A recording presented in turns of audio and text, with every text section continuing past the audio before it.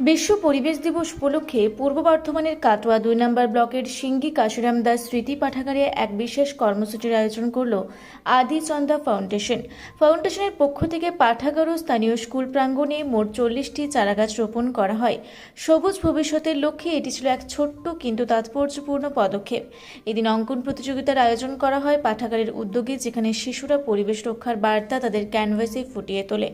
অনুষ্ঠানে উপস্থিত ছিলেন কাটোয়া ২ নম্বর ব্লকের বিডিও আসিফ আনসারি, আইডিও পিনাকি দত্ত, পাঠাগারের লাইব্রেরিয়ান শুভম দাস, সিঙ্গি গ্রাম পঞ্চায়েতের প্রধান উপপ্রধান দিব্যেন্দু চ্যাটার্জি সহ বহু বিশিষ্ট ব্যক্তি এবং আদি চন্দা ফাউন্ডেশনের কর্মকর্তারা। এই অনুষ্ঠানে আদি চন্দা ফাউন্ডেশনের পক্ষ থেকে মাধ্যমিকের সফল কিন্তু আর্থিকভাবে অসচ্ছল এক ছাত্রের হাতে তুলে দেওয়া হয় বই, খাতা ও কলম। অঙ্কন প্রতিযোগিতায় অংশগ্রহণকারী শিশুদের পুরস্কৃত করা হয় তাদের সৃজনশীলতাকে উৎসাহিত করতে।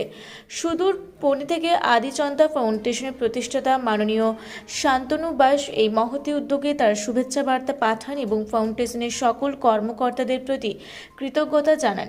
সকলেই এই উদ্যোগকে সাধুবাদ জানিয়ে বলেন, এটাই সত্যিকারের সমাজসেবা, পরিবেশ শিক্ষা এবং সংস্কৃতির সম্মিলিত চর্চা। আমাদের এখানে সিঙ্গি কাশিরাম দাস লাইব্রেরি থেকে এবং তার সাথে আদি চন্দা ফাউন্ডেশনের পক্ষ থেকে এবং সংস্থার যিনি কর্ণধার শান্তনু বাস, ওনার মেনলি ওনার উদ্যোগেই, ওনার সহযোগিতায় আজকে এখানে ট্রি প্ল্যান্টেশন হয়েছে, মানে বিশ্ব পরিবেশ দিবস উপলক্ষে। এবং তার সাথে একজন দোস্ত ছাত্রী মাধ্যমিকে খুবই ভালো রেজাল্ট করেছে, তাকে সংস্থার পক্ষ থেকে আমার হাত দিয়ে খাতা, পেন, এই ধরনের বই পড়াশোনার জন্য, পড়াশোনার ক্ষেত্রে পড়াশোনার জন্য কেমন লাগছে স্যার এই উদ্যোগটা আপনি নিজে উপস্থিত থাকতে পেরে? এরকম উপস্থিত থাকতে পেরে ভালো লাগছে, বিশেষ করে এই ফাউন্ডেশনের উদ্যোগে। এবং অনেকগুলো প্রোগ্রাম হয়, আমরা অনেকগুলো প্রোগ্রাম অ্যাটেন্ড করছি রাউন্ড দ্য ইয়ার। একাধিক প্রোগ্রাম এই ধরনের মানুষকে হেল্প করার, সহযোগিতা করার প্রোগ্রাম রাউন্ড দ্য ইয়ার করা হয়। আমি আগেও বেশ কিছু অ্যাটেন্ড করেছি, আজকে অ্যাটেন্ড করতে কি বিশ্ব পরিবেশ উপলক্ষে কাদের উদ্যোগে বা কার সহযোগিতা এই প্রোগ্রামটা করলেন? আজকে জুন ৫, আজ বিশ্ব পরিবেশ দিবস। কাশিরাম দাস স্মৃতি পাঠাগার আর আদি চন্দা ফাউন্ডেশন দুজনা যৌথভাবে এই প্রোগ্রামটাকে সাকসেস করে তুলেছে। এই প্রোগ্রামটা বেসিক্যালি ছিল একটা প্লান্টেশন ড্রাইভ, যার মধ্যে বিডিও সাহেব নিজে এসে ৪০টা গাছ এই লাইব্রেরির প্রাঙ্গণে লাগিয়ে দিয়ে গেছে। তারপরেও এইখানে একটা আমরা ড্রয়িং কম্পিটিশানে অর্গানাইজেশন করেছি। সেই ড্রয়িং কম্পিটিশানে এই যে আপনারা দেখছেন আমার পাশে, এইটা হচ্ছে একটা ৫ থেকে ১০ বছরের যেটা আমার এজ গ্রুপ ছিল, সেইখানে ফার্স্ট প্রাইজ পেয়েছে এই ড্রয়িংটা।